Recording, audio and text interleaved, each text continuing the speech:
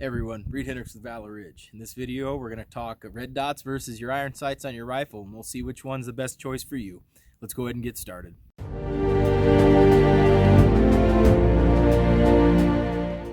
If you've been watching the channel a while, or if this is your first time doing so, you'll know that I'm a big advocate of technique over technology. I think proper technique is the way to go. I think it's the way to begin, and I also think that it's the way to sustain yourself. Am I against red dots on rifles? No, absolutely not. I've got red dots on some of my rifles. On a lot of my rifles, though, I simply have iron sights just like this. This rifle here is my predominant practice rifle. I've been working this one for a while now. I've got a few thousand rounds to this with just iron sights, and I've been focusing on my technique. I'm a big proponent of technique. Technique is going to be superior over technology and things.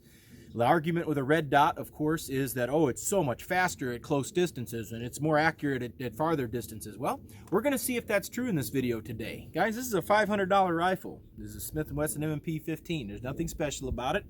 I like it. It's been great. It's been reliable. It works well for me. It's not an endorsement of Smith & Wesson. It's just the fact that I got a rifle for $500 that I could beat the crap out of and do demos in front of students and also practice in my spare time. So here we are at 7 yards here, and this is typical room distance in your house if you think about that. This could be a hallway engagement. This could be a room engagement. So what we're looking at here on this Valor Ridge target is that we're going to look at this nice clean thing right here, and there's not a bullet hole on there. I've got my timer right here. So we're going to see what the time difference is between an iron-sighted rifle and this red dot one. I'm going to utilize the same technique for both, and I'm going to show you the time after each shot. As I said, clean target. Let's work proper technique here. So as you're going to see, guys, it starts with your stance. I'm a big proponent of that. Also starts with your buttstock placement right here in your shoulder. If it's different every time, okay, if you keep moving this thing over here, moving this thing over here, moving it up here, moving it down here, you're going to be searching for it. So keep that buttstock in the same part of your shoulder each and every time. I don't change this, whether I'm running slick or running body armor. It doesn't matter. It stays the same for me. All right, once again, hand placement stays the same. Stays the same when I'm standing. It stays the same when I'm in the kneeling position, and it would stay the same if I was in the prone position. I'm not getting down prone. I've been, my legs are tired anyway, but it stays the same. So consistency, guys. As I said right here, I'm going to get some good shots into this guy at the 7 yard mark, or you can even do this closer if we wanted to. So the argument is that the red dot is faster up close. I don't know. Let's see if that's true or not. I'm going to put this on the timer using consistent technique. I'm going to put these rounds right where they need to go, and I'll show you an example of each. Challenge position. Okay,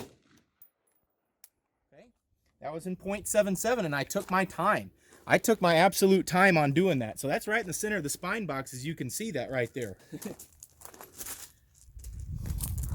So guys, that's in less than a second. I don't know how much faster that you would want to do something in a home defense situation. If I did it again, it would be just as fast. If not faster. I deliberately took my time on that one to make sure it's dead center. Let's see if we can pick that up. Okay, once again, same right there, .74. Just a little bit quicker, but not much. So we're talking 3/4 of a second. I could push that even faster if I just wanted to keep it in the circle, but I want some good spine box hits. Let's check out that red dot. All right, so now what I've got here is a red dot sight. It's an Aimpoint T1. Everybody knows the videos knows that's my favorite red dot. And I'm going to see if there's a difference. I'm going to try to put it in the center of the spine box as well. So the red dot is on, and as you can see, my rear sight is folded out of the way like I like it. I'm going to use the red dot, see if there's any difference. Same technique.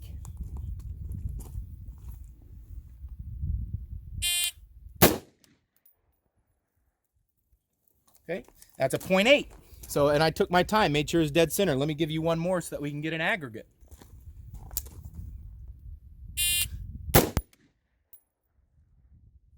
Once again, right on the money, .8. So guys, for me, the technique is that the iron sights and the red dot are about the same. In fact, I was a little bit quicker on my iron sights, so not much of a difference. I don't think 1/10 of a second is anything to write home about. And as you can see at this target right here, guys, these rounds are all dead center of the spine box. That's nice and high on the spine box, but every single one of them is right there, right in the middle of the spine box. These are good hits at 7 yards.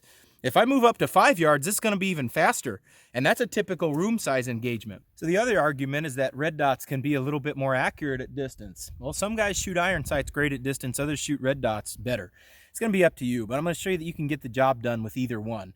I'm going to just do a 3-round group here at 200 yards on the C-zone steel is what that is.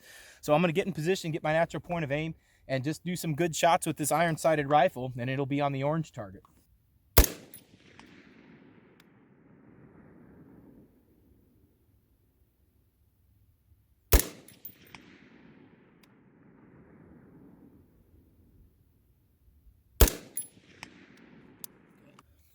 Okay, now I'm going to shoot with the red dot. I'm going to shoot on the sky blue, or for you guys out there that were born after the 1980s, powder blue.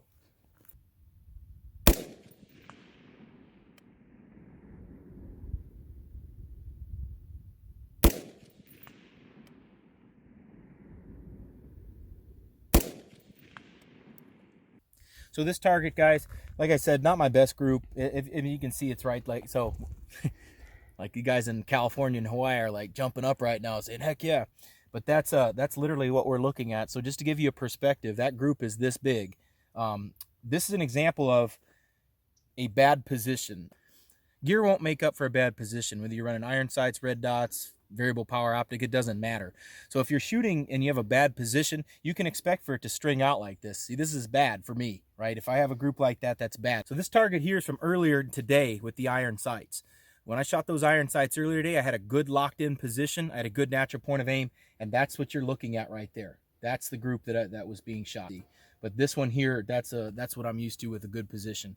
So as you can see, the iron sights from earlier today were better than even the red dot was. All right, on this group here, much better. This is about fist size group. As you can see, that's what I'm used to shooting at this kind of distance, and that's a good position. That position felt much tighter for me. It felt like the sights were coming right back into recoil here. So guys, just to iterate here, it doesn't matter what you're running on your rifle. If you have proper technique, proper mechanics, proper fundamentals, you're going to do good shooting regardless of what you're using. It's the technique. As the old adage goes, it's the Indian, not the arrow. I go over a lot of these concepts in my American Rifleman book, and that's available. I've got that in the description box below.